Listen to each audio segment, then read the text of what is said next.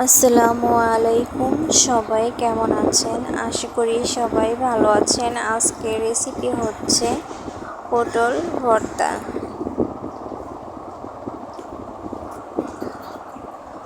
ভর্তাটা করার জন্য একটি ঝুড়িতে আমি তিনটা পটল কেটে নিয়েছি। পটলগুলো একেবারে ছিলে নিয়ে হাঁচড়ে ছিলে নিয়েছি, ছোট ছোট করে পিস করে নিয়েছি। নিয়েছি দুটো পেঁয়াজ, নিয়েছি রসুন, নিয়েছি দুটো শুকনো মরিচ আর তিনটে কাঁচামরিচ। এরপর কড়াইটা গরম করে তেল দিয়ে দিচ্ছি। তেলটা গরম করে কেটে রাখা পটলগুলো দিয়ে দিচ্ছি। পটলগুলো সবগুলো দিয়ে ভেজে নেব। এমনভাবে ভাজতে হবে যেন পটলে কোনো রকম পানি না থাকে। আস্তে আস্তে নেড়ে চেড়ে অল্প আঁচে পটলগুলো ভালোভাবে ভেজে নিতে হবে। দিয়ে দিচ্ছি স্বাদ মতো লবণ, দিয়ে নেড়ে চেড়ে ভালোভাবে পটলটাকে ভেজে নিচ্ছি। দেখুন পটলটা আস্তে আস্তে লাল হয়ে আসছে। এরপর পেঁয়াজ দিয়ে দিয়েছি।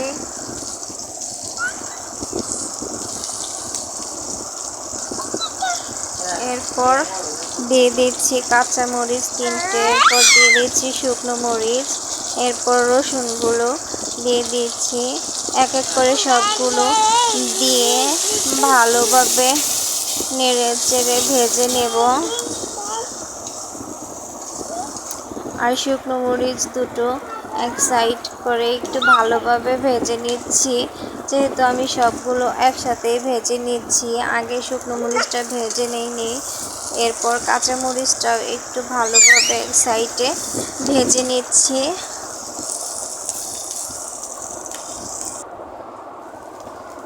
এভাবে আস্তে আস্তে সবগুলো ভেজে নেব। যত এটা ভাজা হবে ততই আঠালো হবে, খেতেও ভালো লাগবে, তত শুকনো শুকনো হবে। এই ভর্তাটা খেতে অনেক মজা হয়। ভাজা হয়ে গেছে, এবার আমি এটাকে শিলপাটায় বেটে নেব।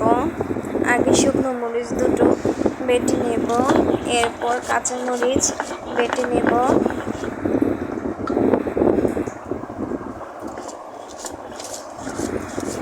মরিচগুলো আগে বেটে নিচ্ছি।